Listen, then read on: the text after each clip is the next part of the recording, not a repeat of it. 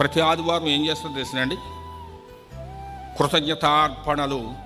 కృతజ్ఞతార్పణలు ఎవరైనా మేళ్ళు పొందినటువంటి వారు ఉంటే రండి అని గురువులు వారు పిలుస్తారు.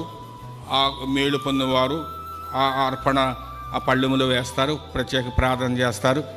తర్వాత మన డీకన్స్ అందరూ కలిసి ఈ ఆఫరింగ్ బ్యాగ్స్ తీసుకుని వస్తూ ఉంటారు.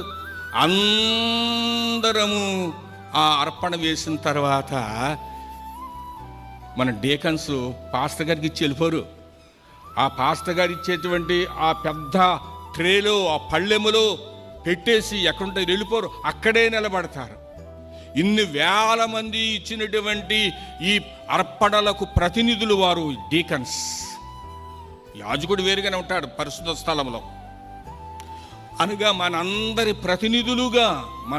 ప్రతినిధులుగా ఇక్కడ నిలబడినప్పుడే గురువులు వారు ప్రార్థన చేస్తారు. లెటనీ ప్రేయర్.